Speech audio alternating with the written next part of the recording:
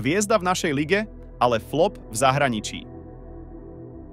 Veľa hráčov v našej najvyššej súťaži sa presadilo, ale po prestupe do zahraničia upadla ich kariéra. Dnes sa pozrieme na troch zaujímavých hráčov. Jaroslav Mihálik Rodák zo Spišskej Novej Vsi začal svoju futbalovú kariéru v mládežníckych kluboch FK Spišská Nová Ves a MŠK Žilina. V rokoch 2011 až 2016 hral za Žilinu, kde nastúpil v 102 zápasoch a strelil 23 gólov. Neskôr sa presunul do Slavie Praha za 1 milión eur, kde strávil rok a strelil 2 góly v 20 zápasoch. V januári odišiel na hosťovanie do poľskej Cracovia Kraków, ktorá ho následne kúpila za 850 000 eur. Už v zime 2018 sa vrátil na hosťovanie do Žiliny a pokúsil sa reštartovať svoju kariéru. Následne ho Cracovia poslala na hosťovania do poľského klubu Lechia Gdańsk a českej Sigmy Olomouc, ale ani v jednom z týchto klubov sa nepresadil. V lete 2021 ho chcel získať tréner Michal Gašparík do Spartaka Trnava, ale Jaroslav odmietol ponuku z Trnavy a prestúpil do izraelského Maccabi Petach Tikva. Žiaľ, ani tam sa nepresadil a tak prestúpil do Pohronia, s ktorým zostúpil z najvyššej slovenskej súťaže. Následne v lete 2022 prestúpil do Skalice, ale už po pol roku prestúpil do českej Karvinej. Od leta 2023 je bez klubu. Tento krídelník odohral 8 zápasov v reprezentácii Slovenska.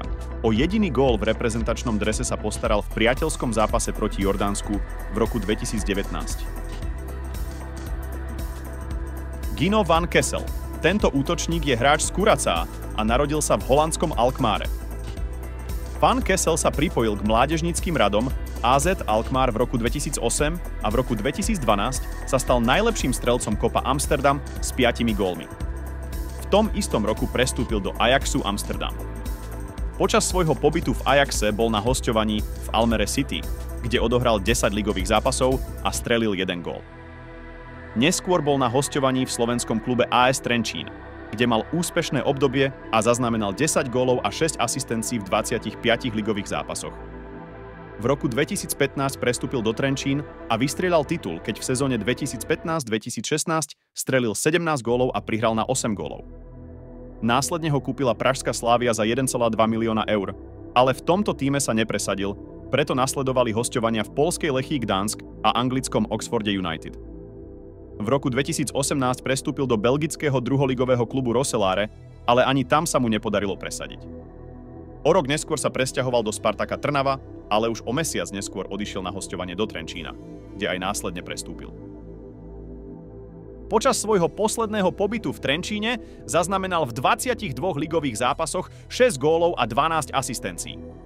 V lete 2020 pokračoval jeho kariéra v cyperskom Olympiakose Nikozia, švédskom Dalkurde, madarskom Girmote a v septembri 2023 sa upísal Michalovciam, kde pôsobí dodnes.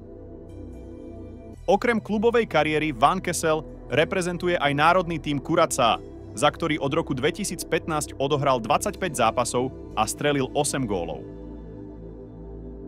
Róbert Mazáň. Tento ľavý obranca začal svoju futbalovú kariéru v Trenčíne. V najvyššej slovenskej lige debutoval v roku 2011 v drese Trenčína.